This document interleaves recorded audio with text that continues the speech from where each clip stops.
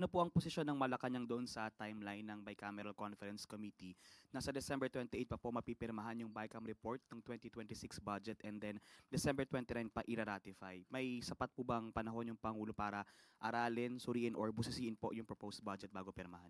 Nung una po talaga ay inaasahan ng Pangulo na mas maaga ang pagsisubmit ng kopya ng enrolled bill.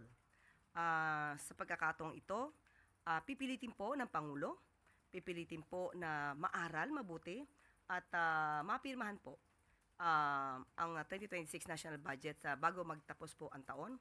Pero ang tinitiyak po ng Pangulo ay aralin, matutukan, mabusisi ang nasabing enrolled bill at matiyak na ang mga nakalagay dito ay naaayon sa prioridad ng administrasyon, isang malinis, makatao at nakatuon ang mga bills na to or rather ang mga provision dito para sa taong bayan.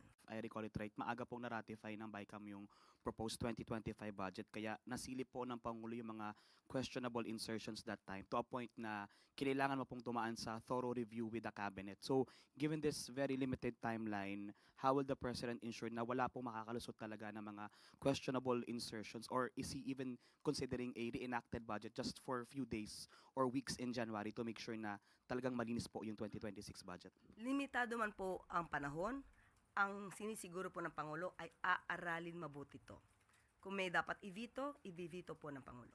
Kumpiyansa po ba ang palasyo na walang i-veto? Kasi considering ang BICAM nagsabi na talagang malinis, corruption-free yung budget na yun. So wala po ba, kumpiyansa po ba ang Malacanang na walang i-veto si Pangulo sa 2026 budget? Kung sinasabi po ng Kongreso na napag-aralan itong mabuti, aaralin pa rin po ito. Nananawagan ang ilang kongresista, lalo na yung Akbayan Party List, ng greater transparency, lalo at may light increases sa mga certain budget items na which raise concerns about the risk of corruption, pork barrel, and patronage. Kung gusto po nila ng transparency, mas gusto po ng Pangulo. Siya po nagpaumpisa nito, kaya po nagkaroon tayo ngayon ng mga transparency portal. At nais po ng Pangulo na bawat mga bidding or mga procurement process ay naipapakita sa tao. How confident are you that the budget will be signed? Dapat aralin.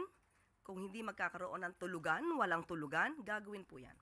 There will be no holiday para kay Pangulo. Is that true? Walang Christmas break ang Pangulo? Dahil pag-aaralang maigi yung Kailangan pag-aralan po. Sa Pangulo po, di po kailangan magkaroon ng Christmas break. Kailangan po talagang aralin ito. At pipilitin na mapirmahan po ito bago magtapos ng taon.